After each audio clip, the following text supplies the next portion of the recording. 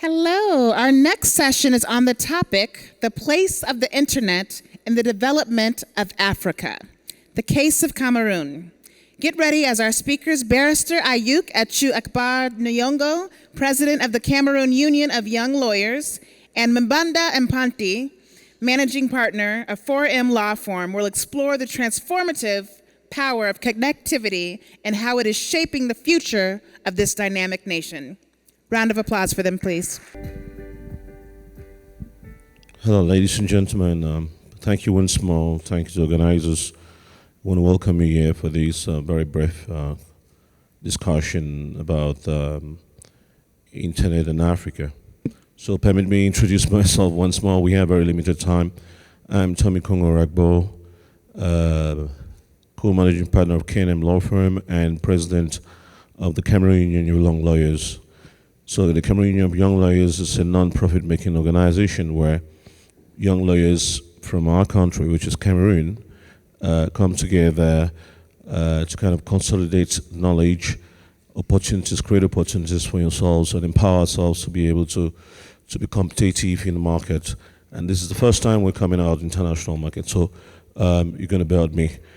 By my left, we have Mbanda Epanty, John, who specializes in legal tech, Bitcoin, and cryptocurrency law, and he's advised many blue chip companies, and especially American companies. And so I said I'm going to take him on this trip with me. So I would go ahead and talk to you about the breakdown, well, the breakdown or the architecture or the infrastructure of internet, especially in Cameroon. Now, as you all may know, depending on the statistics, the level of penetration of internet in Cameroon in particular is less than 50%. You're looking at within 46%.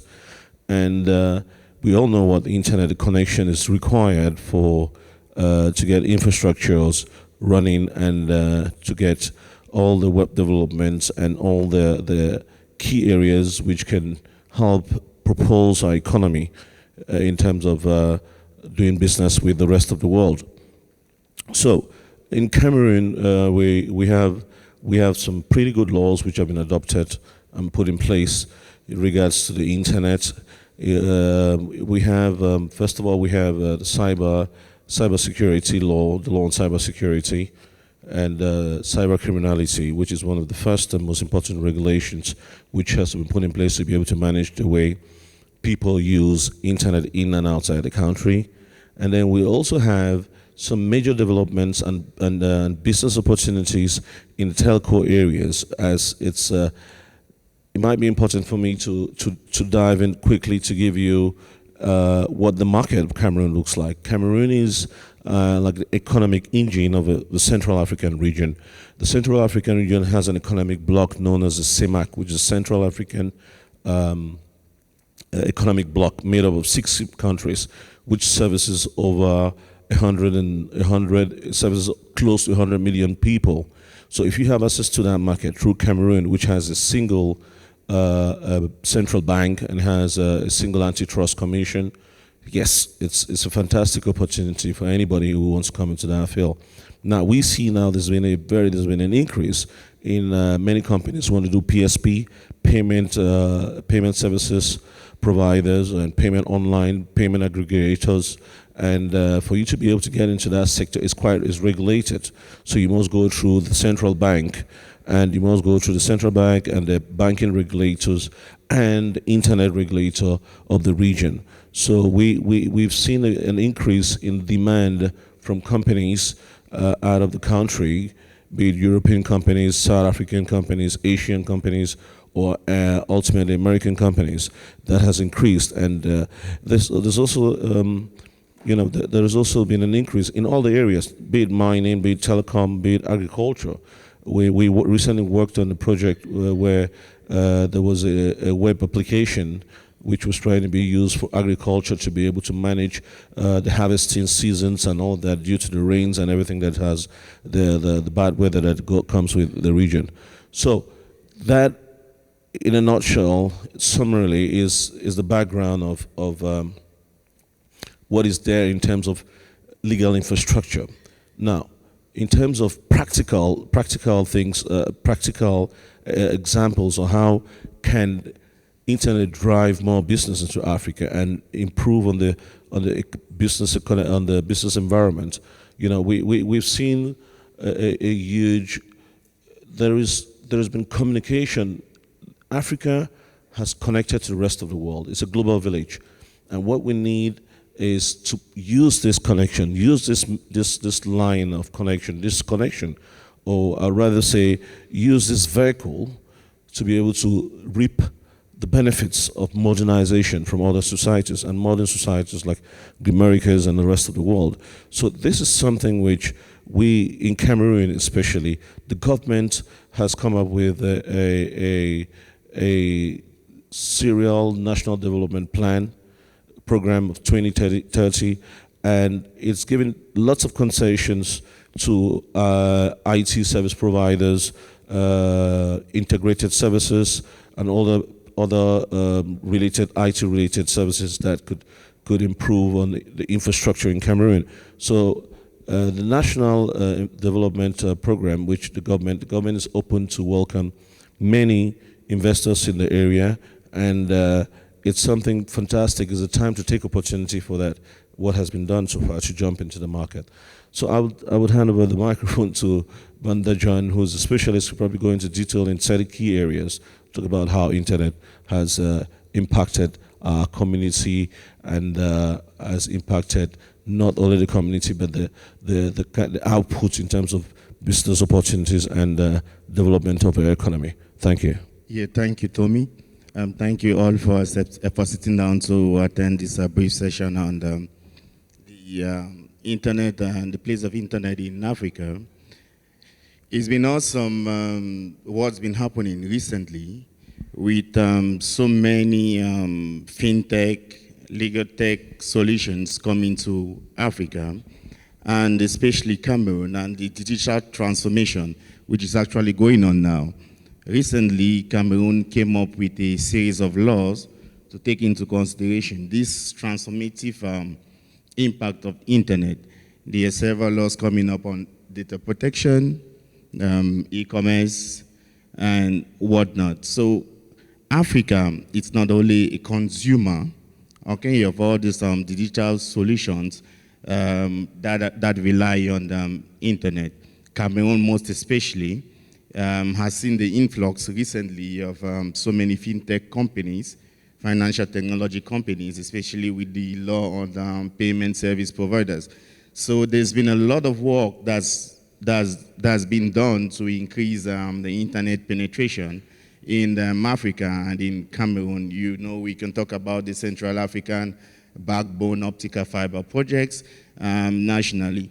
So there's this transformation that's going on in Africa. It's what we are out here to tell you, that you can make use of all what's happening, because our governments are ready to get into partnerships with both national and international companies to leverage the potential of this of the internet technology in Africa, Tommy. Yeah.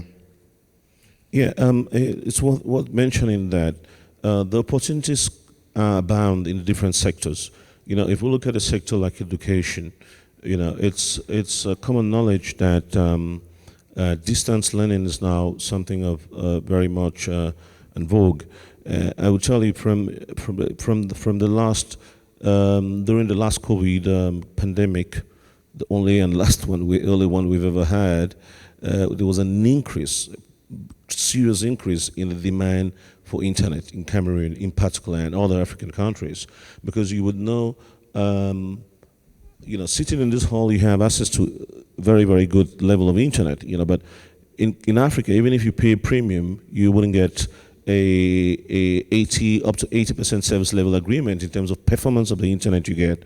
So there's that problem, and many people jumped on the internet, you know, discovered Zoom and Teams to be able to do training, and the schools, educations as well. The education sector saw a big boom and a big boom in the request of internet services. So we want to take advantage of this awareness that has become a business opportunity to the rest of the world. And we want to tell the rest of the world, you say, if you're coming out to Africa and Cameroon and other African countries within the region, you can be sure that when you get there, you're going to have a business opportunity to develop the area. Even if it's not about making an extra profit margin line, but you can be sure that if you want to impact communities and you come into Africa, this will be a great opportunity. The internet serves as a great opportunity to link up people. Now, one other thing which I might tell you about, the level of bankability in Africa is quite low. You know, people still live and live a whole lifetime without having a bank account.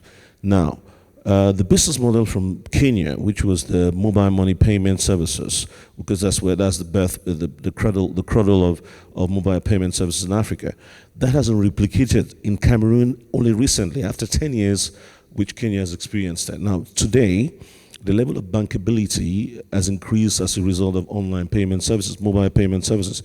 So if I don't have a bank account, for example, but I have a number, I could go on what they call mobile payment app, you know, connect, and I could get paid the whole salary and get money from that. And then, before, the government did not really support the initiative, but now the government has introduced new laws to relax the tension or to give opportunities for newcomers, new business comers to enter into the industry, to come into the industry, to alleviate, because we can now, for example, I'll give you a very glaring example. Before now, Cameroon started e-visa program only about 2 months ago. 2 months ago, yeah. Yeah. So you can go online, you know, to apply for a visa. You don't need to queue up anymore. Those are the developments, and those are the things which are in line with the African Continental Free Trade Zone, which is a whole topic which we'll have to talk on a different day. But hey, internet and these different programs, it's a lifetime marriage, I'll call it that way. And so we, lawyers, what are we there for? We are there to tell you, if you're coming into this sector, you can be sure that your investments or your engagements, your contracts you have with local partners is secured. You know, even if it's not secured, the laws are there, which is the OADA law, which covers 17 different African countries. These laws are there to be able to tell you that if your investment is in these regions, they are secured. So you can, if you invest and you worry that you might not get your investment back, you're sure to call on one of us to help you in any of these French-speaking African countries.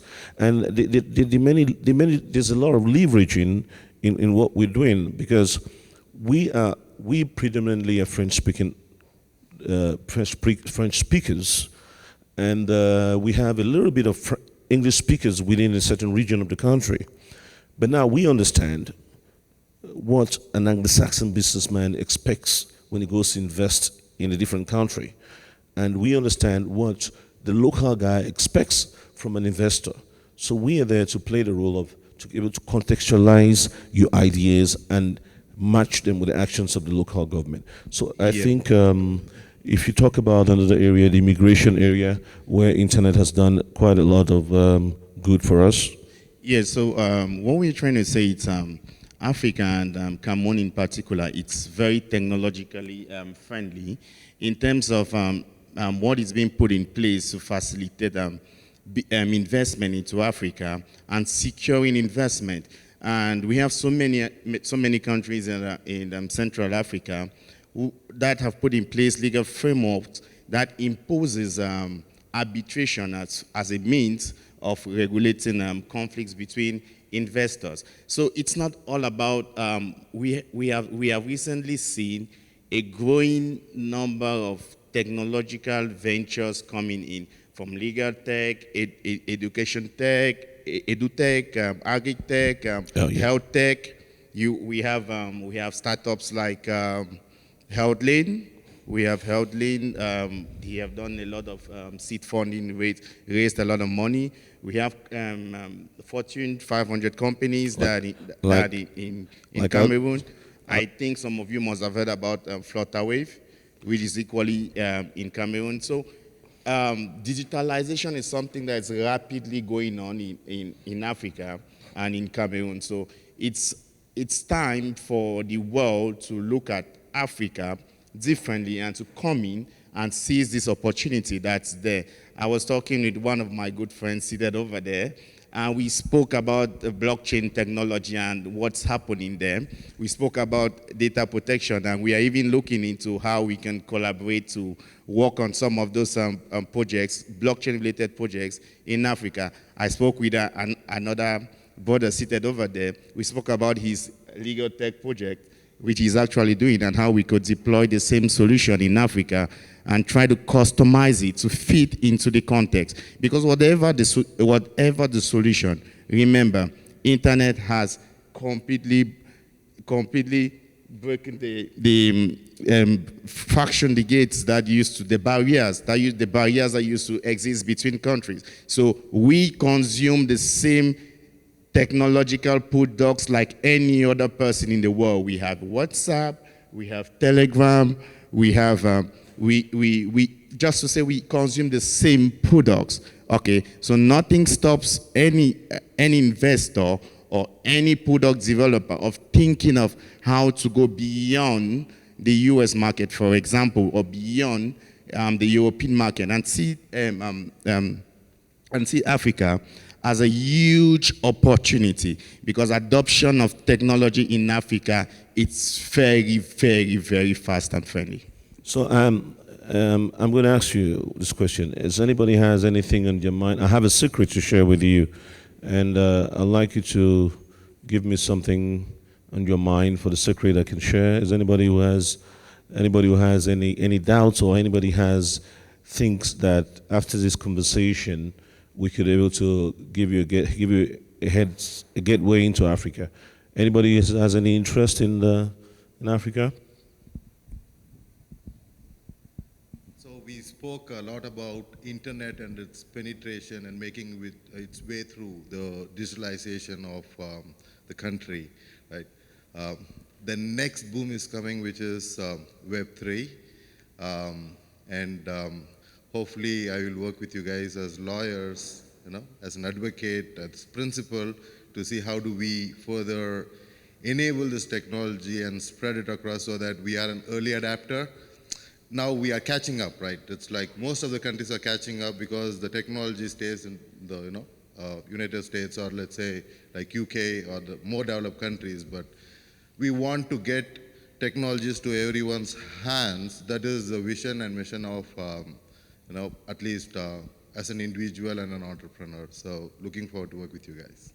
Thanks very much. Thanks. Thank you very much. So I would also give you an example of what has worked in Africa. For the last 3 years, we've advised Facebook. The first time we got approached by them, I was like, why would you want to approach me? How can I help you? But no, it's very important, because communication, information technology in Africa could be a make or a break. It could even interfere with the politics in the country. And that is something which the government doesn't take lying down.